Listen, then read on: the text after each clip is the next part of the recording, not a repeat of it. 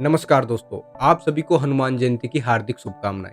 साथियों, आज का यह विशेष दिन उस परम भक्त को समर्पित है जिनकी भक्ति, विनम्रता और समर्पण की गाथा युगों युगों तक हमारे दिलों में जीवित रहेगी। साथियों, हम बात कर रहे हैं भगवान श्री राम के अनन्य भक्त वीर बजरंगबली हनुमान जी की। दोस्तों, कभी कभी हमारे मन में एक भाव उत्पन्न होता है कि अगर मैं न होता तो क्या होता। हमें लगता है कि कोई कार्य हमने किया है, कोई संकट हमने टाला है या किसी की रक्षा हमारे कारण हुई है। परंतु साथियों, यही मैं का भाव धीरे धीरे हमारे अहंकार का कारण बनता है और यह हमारे पतन की पहली सीढ़ी की शुरुआत होती है। साथियों, वास्तविकता तो यह है कि अगर हम न होते तो भी यह संसार वैसे ही चलता जैसे चलता आ रहा है। सूरज वैसे ही उगेगा, नदियां वैसे ही बहेगी और समय वैसे ही बीतता जाएगा। तो इसका साफ अर्थ यह है कि जो कुछ भी हो रहा है वह हमारे कारण नहीं हो रहा है। हम तो केवल एक माध्यम है। उस परम शक्ति की योजना में हम एक उपकरण है, एक पात्र है जिससे वह अपने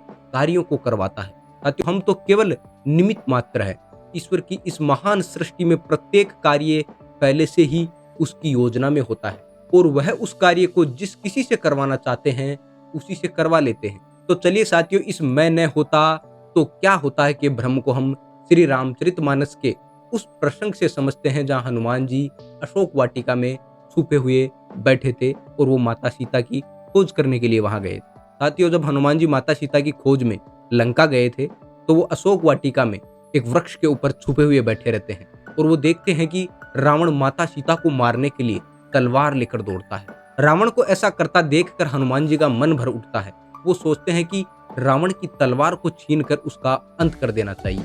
उन्हें लगता है कि मुझे ही कुछ करना होगा, वरना सीता माँ की रक्षा कौन करेगा। किंतु साथियों, तभी एक अद्भुत दृश्य घटित होता है। रावण की पत्नी मंदोदरी दौड़कर रावण का हाथ पकड़ लेती है और उसे ऐसा करने से रोक लेती है। हनुमान जी यह देखकर चकित हो जाते हैं और वो भीतर से गदगद हो उठते हैं। उन्हें अनुभूति होती है कि अगर मैं आगे बढ़ जाता तो मुझे यह भ्रम हो जाता कि मैं न होता तो क्या होता।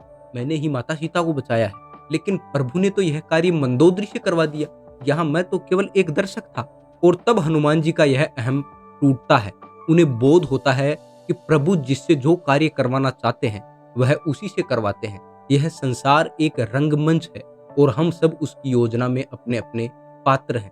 साथियों, इस प्रसंग को आगे बढ़ाते हुए हनुमान जी लंका में त्रिजटा द्वारा यह सुनते हैं कि मैंने स्वप्न देखा, एक वानर लंका जला रहा है। साथियों, त्रिजटा जो एक राक्षसी थी वो माता सीता को बता रही है कि मैंने एक स्वप्न देखा है, उसमें एक वानर आया है और उसने लंका को जलाया है। तो त्रिजटा की ये बात सुनकर हनुमान जी उलझन में पड़ जाते हैं। वो सोचते हैं कि प्रभु ने तो मुझको लंका जलाने के लिए कुछ कहा ही नहीं, फिर यह स्वप्न कैसे आया।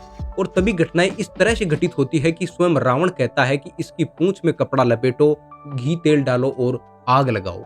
हनुमान जी सोचते हैं कि वाह प्रभु, लंका जलाने का संकल्प भी आपने नहीं करवाया, लेकिन पूरा प्रबंध रावण से ही करवा दिया।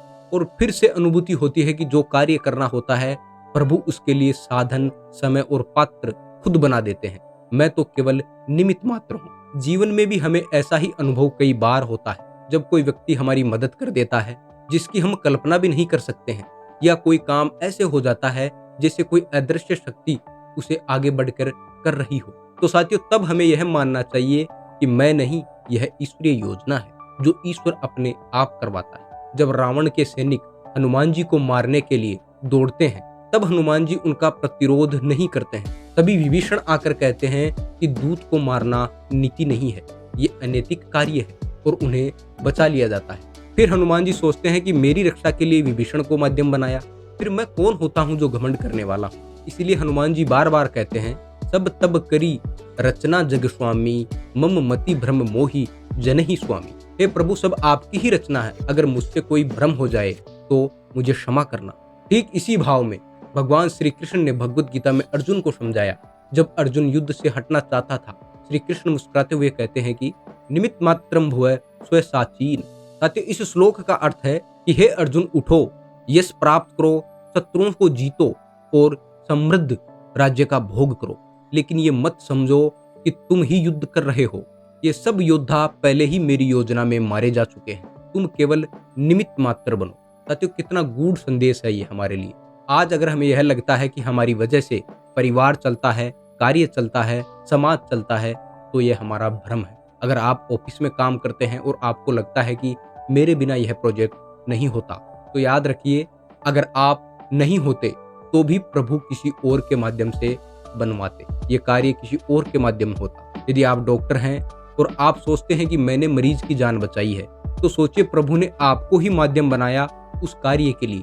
आपकी बुद्धि, हाथ, अवसर सब कुछ उसी ने दिए हैं। साथियों, जब इस सत्य को हम स्वीकार कर लेते हैं कि मैं कुछ नहीं, केवल एक निमित्त मात्र हूँ, एक माध्यम हूँ कोई कार्य करने का, तब हमारे भीतर अहंकार नहीं बल्कि विनम्रता जन्म लेती है और यही भाव हमें सच्चा भक्त बनाती है। तो साथियों, इस हनुमान जयंती पर हम संकल्प ले कि हम इस मैं के भाव को त्यागेंगे और स्वयं को प्रभु का एक विनम्र निमित्त मानकर कर्म करेंगे, क्योंकि ना मैं श्रेष्ठ हूँ, ना ही मैं खास हूँ, मैं तो भगवान का छोटा सा दास हूँ। साथियों, फिर से आप सभी को हनुमान जयंती की ढेर सारी शुभकामनाएं। धन्यवाद। हरे कृष्णा। जय श्री राम।